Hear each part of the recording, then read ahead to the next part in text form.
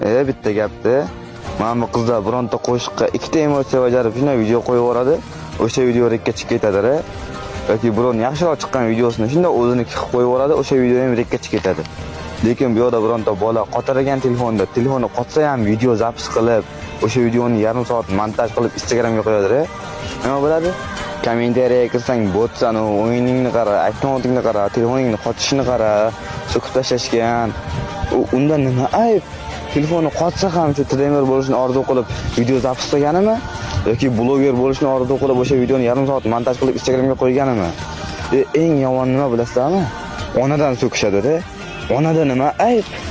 Kim bola nima qiladi? Siras to'xtatadi. Harakat qilyapti, harakatini evaziga so'kish eshityapti. Nima kerak unga bu narsa? Qilgan mehnatiga bitta like bosib, kommentga bitta reaksiya qoldirib ketish yo'q. O'zbeklarda unaqa narsa yo'q. Bir-birini so'kish kerak. Qachon birlashamiz, O'g'illar kirib podpiska bosamiz, like bosamiz. Podpiska, like, poddelиться, родной.